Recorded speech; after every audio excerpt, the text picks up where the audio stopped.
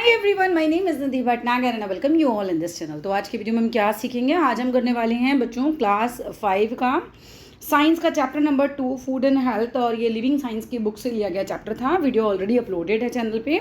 आज हम करेंगे इसके क्वेश्चन आंसर्स। तो चलो विदाउट डिले वीडियो को स्टार्ट करते हैं। पहला क्वेश्चन आ रहा है, व्हाट आर न्यूट्रिएंट्स। तो बच्चों न्यूट्रिएंट्स क्या होते हैं? Nutrients are substances. न्यूट्रिएंट्स वो सब्सटेंस होते हैं, कहाँ होते हैं? इन फूड, खाने में, that our body needs to grow, जिनकी हमारे शरीर को ज़रूरत होती है ग्रो होने के लिए, बड़े होने के लिए। दूसरी चीज़ स्टे हेल्दी, कि भाई न्यूट्रिएंट्स अगर हम अच्छे से लेंगे ना तो हमारी बॉडी हेल्दी रहेगी। और तीसरी बात एंड गेट एनर्जी, और अगर हम अच्छे से न्यूट्रिएंट्स लेंगे तो हमारी बॉडी को एनर्जी भी मिलेगी। सो nutrients are substances in food that our body needs to grow. Nutrients वो सब्सटेंसेज होते हैं जिसकी ज़रूरत हमारे शरीर को होती है ग्रो करने के लिए, स्टे हेल्दी यानी हेल्दी रहने के लिए। और तीसरी बात है गेट एनर्जी, एनर्जी प्राप्त करने के लिए। नेक्स्ट क्वेश्चन आता है, name the 5 nutrients food found in food. भाई ऐसे 5 मेन न्यूट्रिएंट्स बताओ जो हमारे खाने में पाए जाते हैं, और यही होते हैं न्यूट्रिएंट्स, राइट। तो द 5 मेन न्यूट्रिएंट्स आर, याद करो, carbohydrates, proteins, fats, vitamins and minerals. ये पांचों आपको याद होने चाहिए। Carbohydrates, proteins, fats, vitamins and minerals. चाहो तो इनकी एक स्पेलिंग बना लेना फर्स्ट लेटर से, जो तुम्हारी मर्जी हो, और फिर तुम उसे याद कर सकते हो। What is the primary function of carbohydrates. अब बॉडी के अंदर कार्बोहाइड्रेट जाता है ना जब, तो इसका पहला प्राइमरी काम क्या होता है बेसिकली? तो कार्बोहाइड्रेट प्रोवाइड्स एनर्जी। हमेशा याद रखो, कार्बोहाइड्रेट्स खाओगे ना तो बॉडी को एनर्जी मिलेगी। लेट सपोज तुम बहुत लो फील कर रहे हो, चीनी खा लो जाके, ठीक है, तुमको एनर्जी आ जाएगी। तो कार्बोहाइड्रेट्स वगैरह जो होते हैं उनमें एनर्जी होती है, और उससे क्या है कि मतलब आपकी बॉडी एकदम से लेथार्जिक फील नहीं करेगी, एनर्जेटिक फील करेगी। Next, give 2 examples of food rich in carbohydrates. अब 2 चीज़ें बताओ जिसे खाओ तो तुमको एकदम से एनर्जी मिल जाए, यानी कि कार्बोहाइड्रेट रिच फूड। तो पहला है ब्रेड, दूसरा है राइस, ठीक है। तो ये दोनों में बहुत सारा क्या है, कार्बोहाइड्रेट होता है। ब्रेड और राइस, ब्रेड और राइस, ब्रेड और राइस, याद कर लो, कार्बोहाइड्रेट, ब्रेड और rice. Next is, what role do proteins play in our body. अब प्रोटीन हमारी बॉडी में क्या करता है भाई? तो proteins are essential for growth, आपको बड़ा करने में मदद करता है। प्रोटीन रिपेयर करता है आपकी बॉडी, मतलब आपकी जो बॉडी है ना बच्चों, वो सेल से बनी होती है। जैसे छोटे छोटे छोटे छोटे बिंदी जितने सेल, फिर उन सेलों को मिलाकर बनता है टिश्यू, फिर उन टिश्यूज़ को मिलाकर बनते हैं ऑर्गन, और फिर उन ऑर्गन्स को मिलाकर बनता है आपका पूरा ऑर्गन सिस्टम और आपकी बॉडी, ठीक है। अब आपकी बॉडी के अंदर क्या है, टूट फूट होती रहती है, आपके सेल टिश्यूज़ वगैरह ख़राब होते रहते हैं, तो उनको रिपेयर कौन करता है? ये मजदूर है कौन? ये है प्रोटीन।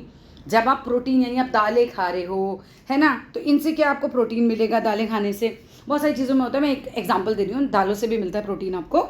तो वो क्या करता है, आपको बड़ा करने में मदद करता है। सोयाबीन खाओ, खूब प्रोटीन मिलेगा उससे भी। तो दालें खाने से या सोयाबीन वगैरह खाने से जब आपको प्रोटीन मिलेगा तो आप बड़े होगे, और आपका बॉडी है जो वो रिपेयर होगा, अंदर से जो भी टिश्यूज़ ख़राब हो रहे होंगे, and so that maintenance of the body tissue के भी काम ये आता है protein. Next, name 2 protein rich food. अब भाई 2 चीज़ें बताओ। अंडा खाओ, को प्रोटीन होता है अंडे के अंदर। बीन्स खाओ, बीन्स खाने से भी आपको प्रोटीन मिलता है। Next question, why are fats important for our body. भाई फैट्स जो होते हैं वो हमारी बॉडी के लिए इतने इंपॉर्टेंट होते क्यों हैं? Fats provide energy. देखो, जो तेल होता है ना, ऑयल होता है, बटर होता है, घी होता है, ये फैट होते हैं। ये फैट आपको एनर्जी कार्बोहाइड्रेट से भी ज़्यादा प्रोवाइड करते हैं।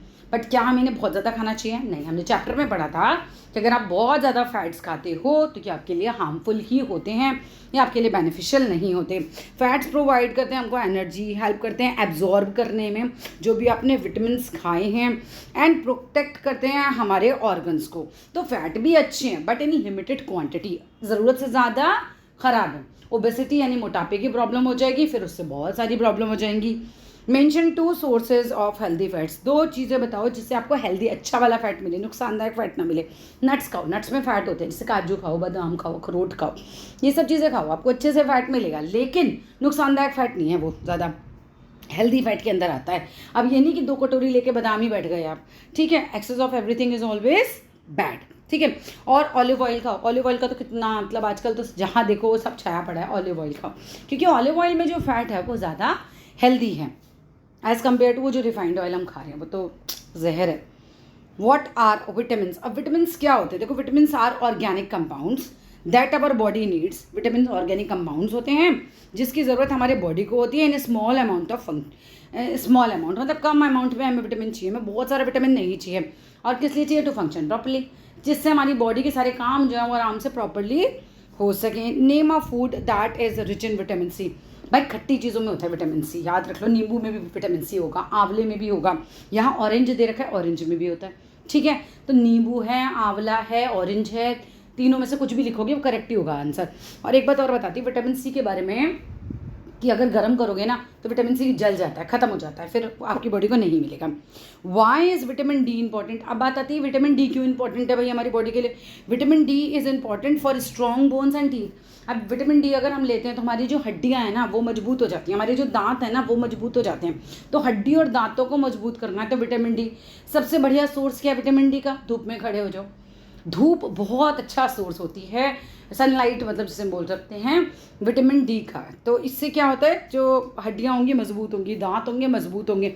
आपने बहुत सारे लोगों को सुना होगा कमर दर्द का प्रॉब्लम है, ठीक है, या कहीं भी दर्दों के ज़्यादा इश्यूज़ हो गए, मोस्टली बॉडी में विटामिन डी की कमी हो जाती है, कैल्शियम की कमी हो जाती है, तो ये फिर दर्द शुरू होते हैं। अब कैल्शियम भी एब्जॉर्ब नहीं होता बिना विटामिन डी के, इसलिए थोड़ी देर धूप में ज़रूर बैठा करो या जाया करो, ठीक है। Which food is a good source of vitamin D?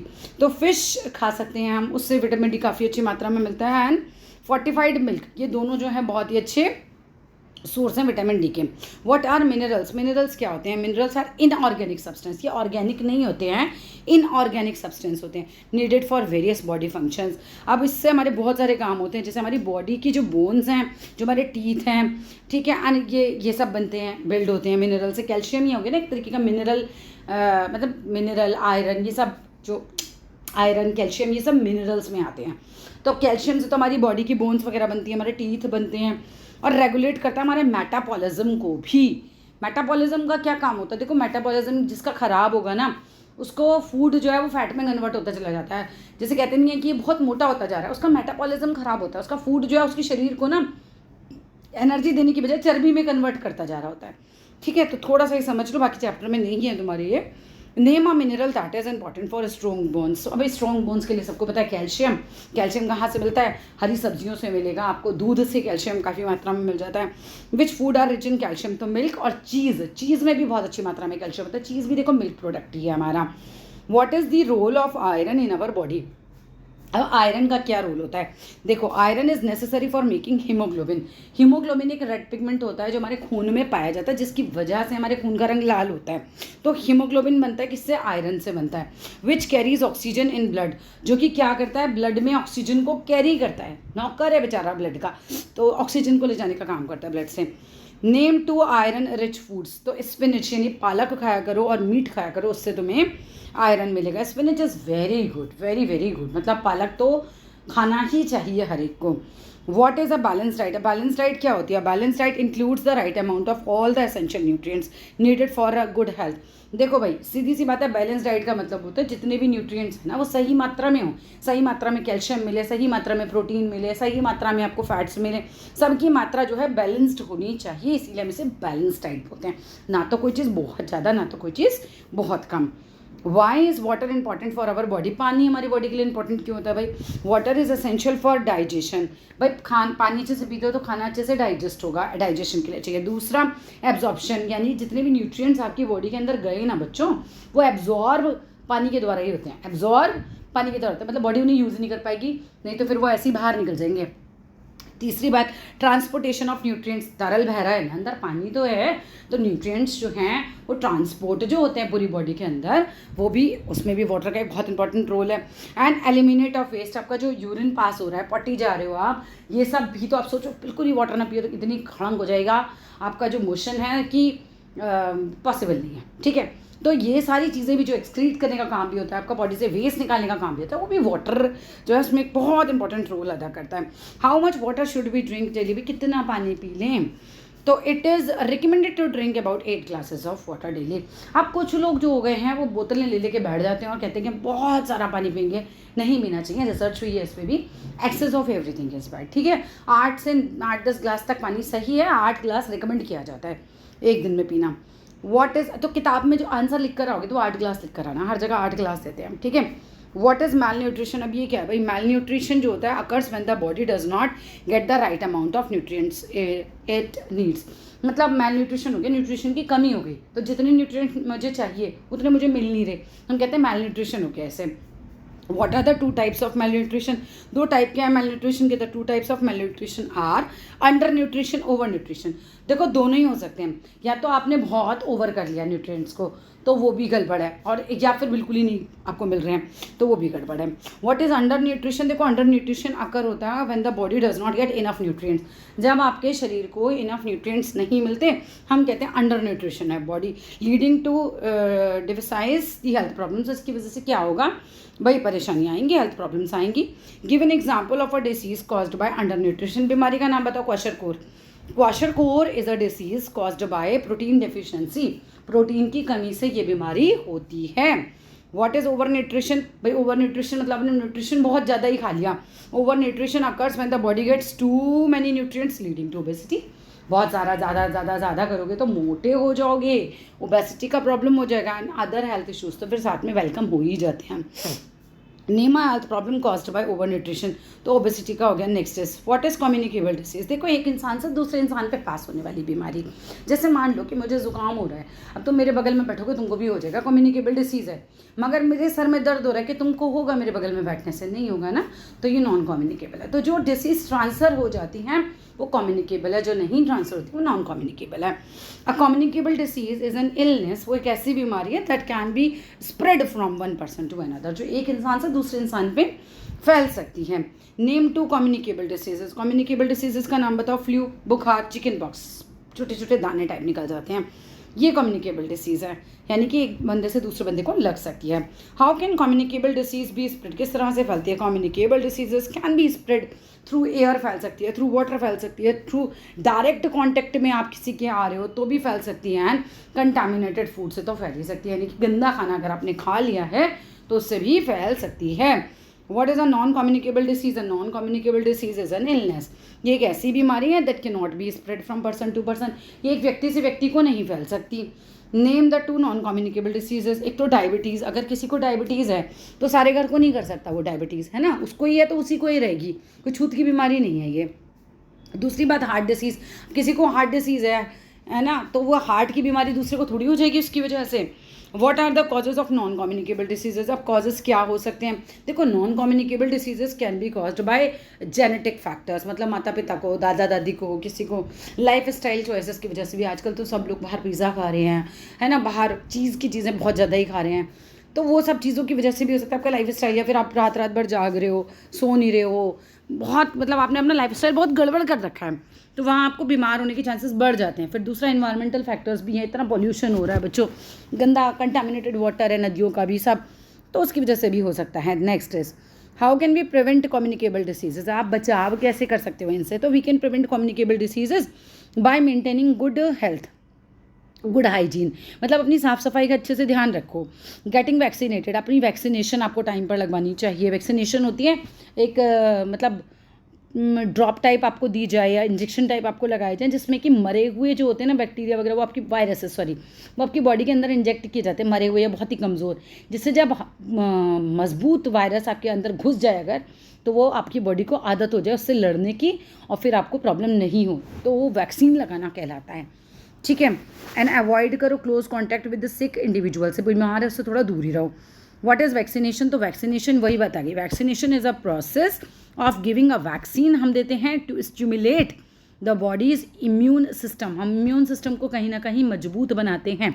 देखो थोड़ा सा समझ लो इसे, एक इंसान का ये शरीर है, इसके अंदर हमने हल्के हल्के छोटे छोटे जो हैं वैक्सीनेशन के थ्रू दुश्मन भेज दिए, ठीक है, अब दुश्मन भेज दिए, आपकी बॉडी के अंदर क्या है कि इम्यूनिटी जो होती है ना, उससे समझ लो कि अंदर बॉडी के अंदर इसको समझ में आया कि दुश्मन आया है, तो बॉडी के इम्यून सिस्टम ने इससे लड़ने के लिए फाइटर भेज दिए, क्योंकि अभी ये बहुत कमज़ोर है, तो फाइटर ने आराम से काम कर लिया अंदर वाला। अब ये अंदर वाले फाइटर को आपको पता है कि इस तरीके का दुश्मन जब भी आएगा बॉडी से लड़ लेगी। कोरोना वैक्सीन इसीलिए तो दी गई थी कि दोबारा किसी को कोरोना का अंदर जो वायरस है वो जाए बॉडी के अंदर, तो बॉडी के अंदर जो फाइटर है ना वो उससे लड़ लें अच्छे से, उसको पता हो कि ये ऐसा होता है, ओके इससे कैसे लड़ना है।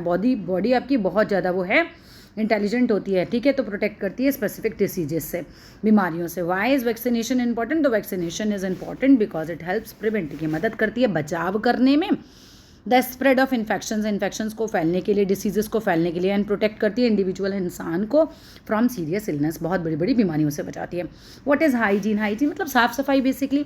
Hygiene refers the practice that help maintain health, इससे आपकी हेल्थ मेंटेन रहती है, एंड प्रिवेंट, बचाव होता है द स्प्रेड ऑफ डिसीज, से बीमारियां नहीं फैलती। सच एज अगर आप वॉश करते हो अपने हाथों को और कीपिंग क्लीन, बिल्कुल साफ रहना, ये हाइजीन है। वैसे why it is important to wash our hands regularly? हाथ रेगुलरली धोना इंपॉर्टेंट क्यों है भाई? वॉशिंग हैंड्स रेगुलरली हेल्प करता है रिमूव करने के लिए जम्स को, माने जम्स रिमूव हो जाते हैं, जम्स साफ हो जाते हैं, and prevent the spread of infection से भी आप बच सकते हो। What is a balance meal? Balance meal वही होता है राइट अप प्रोपोर्शन में आपका carbohydrate, protein, fats, vitamin, mineral सब मिले। जंक फूड क्या होता है? Junk food is a food that is high in calories. अब कैलोरीज बहुत हाई होती हैं तो आपको तुरंत से ना एनर्जी आ जाएगी, लेकिन न्यूट्रिशनल वैल्यू उसकी बिल्कुल ख़राब होती है। सच एज आप चिप्स खा रहे हो या शुगरी ड्रिंक्स पी रहे हो, जैसे आपने कोको कोला पी लिया, एनर्जी आएगी लेकिन न्यूट्रिएंट कुछ नहीं मिला, बॉडी को नुकसान ही हो रहा है बस खाली।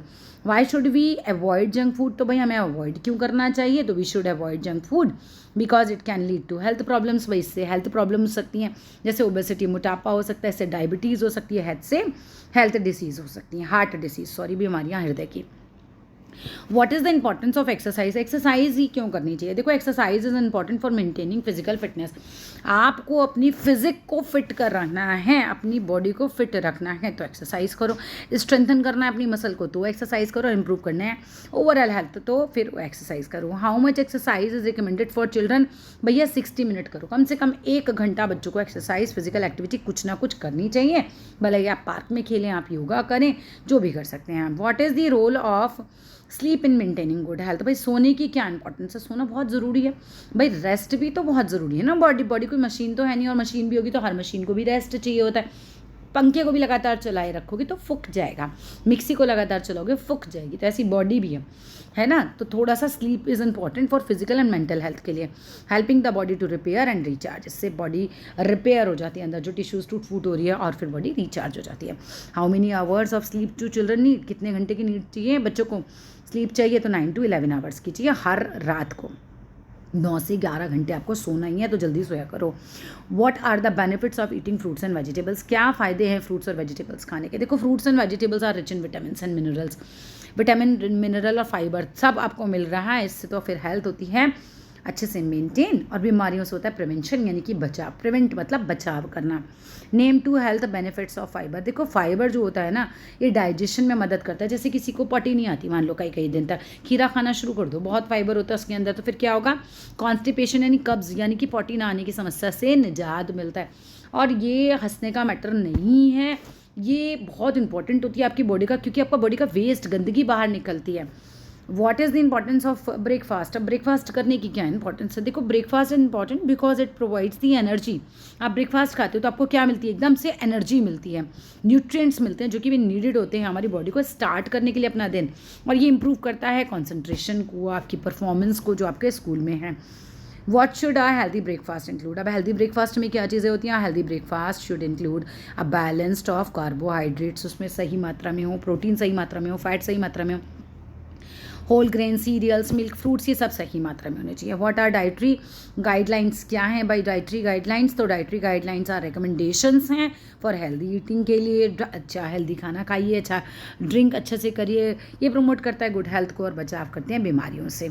What are some ways to make healthy food choices? तो हेल्दी फूड चॉइसेस क्या हैं? देखो some ways to make healthy food choices include eating a variety of food. आप खाओ, अब आप वैरायटी खाओगे तो आपको हर चीज़ मिल जाएगी, कार्बोहाइड्रेट भी मिल जाएगा जी, प्रोटीन भी मिल जाएगा, विटामिन, मिनरल्स, फाइबर सब मिल जाएगा, रफेज वगैरह है ना। और eating plenty of fruits and vegetables, ये तो बहुत अच्छा होता है। होल ग्रेन्स आपको खाने चाहिए, लेकिन शुगरी आइटम्स बहुत लिमिटिंग, मतलब एक तरीके से मीठा कम खाना चाहिए, एंड फैटी फूड्स भी थोड़ा सा लिमिट करना चाहिए। तो मीठा, शुगरी और फैटी फूड्स को आपको लिमिट में खाना है, फ्रूट्स एंड वेजिटेबल्स खूब अच्छे से खाना है। सो बस हो गया जी, ये होता है हमारा चैप्टर का वीडियो फिनिश।